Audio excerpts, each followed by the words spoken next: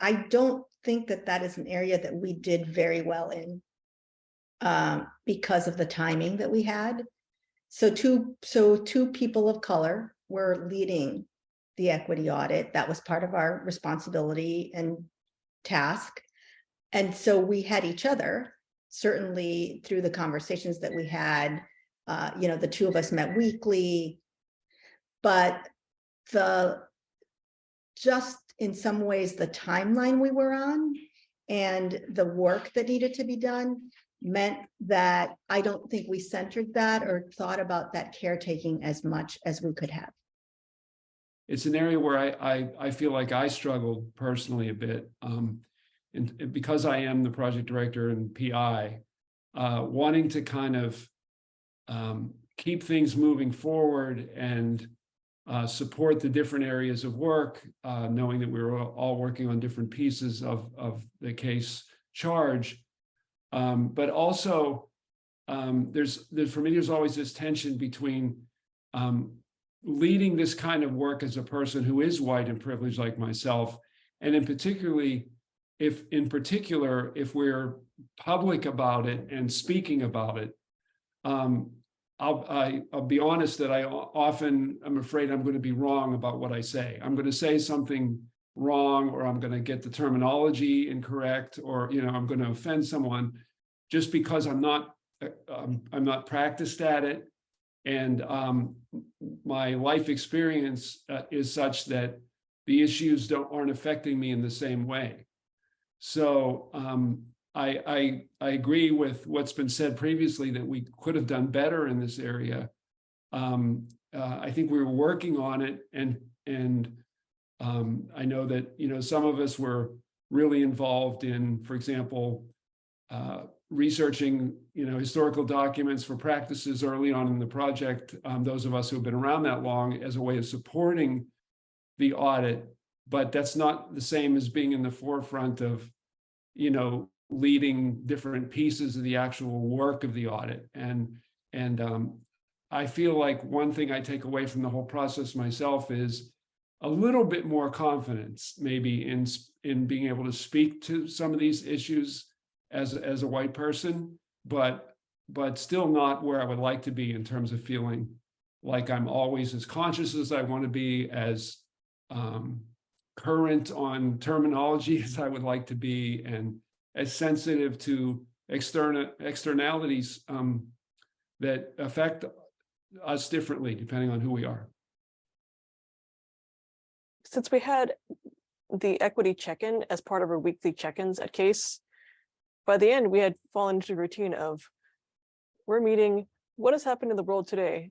How do we respond to it? Are there any colleagues we should check in with because of this incident? Or do we publish it on the Twitter feed, or do we put it in the newsletter? Do we check in with people at ASTC? And it's kind of weird that became routine, but also it was kind of what was needed because so much was happening. When there were issues of racial violence and other racially motivated or racially charged incidents in the world, was that as a team, I think we did our best to call them out and acknowledge that members of our team and members of our community were experiencing them differently, right? And so that led to messages that CASE sent out to the community, right? As well as conversations that we had as a team. And I think one of the things, although I don't remember us being consistently explicit about it, was that I think it was very clear that the work we were doing with the equity audit and thinking about racial equity as it relates to informal science learning and the community that CASE really leads and organizes is not fully separate from the systems of oppression and exclusion that we're contributing to and are the foundation of these global issues. And so I think there was something really important about the ability to talk about both of those things, these kind of really grievous challenges and the work that we were exploring, and recognizing that there are systems at play that are causing and leading to both of those challenges. Don't think we talked about it in that way very often, but I found it to be really insightful to talk about racial equity in science learning and science education research, and also talk about the impacts of systematic oppression, systematic racism, how it plays out in the world. So it would have been great to talk, I think, a bit more of that, but I do think as a team, we work to attend to those global events while doing the work in the background. Rabia spoke to the level setting piece where we wanted to do more and we had hoped to, and that just didn't happen. And that is, in my mind, related to this notion of support, because if my sense is if we had had a chance to do more of that, we would have potentially created a level of support for the work that sometimes didn't feel as burdensome, right? Emotionally, as much of emotional labor. And it was just really a trade-off.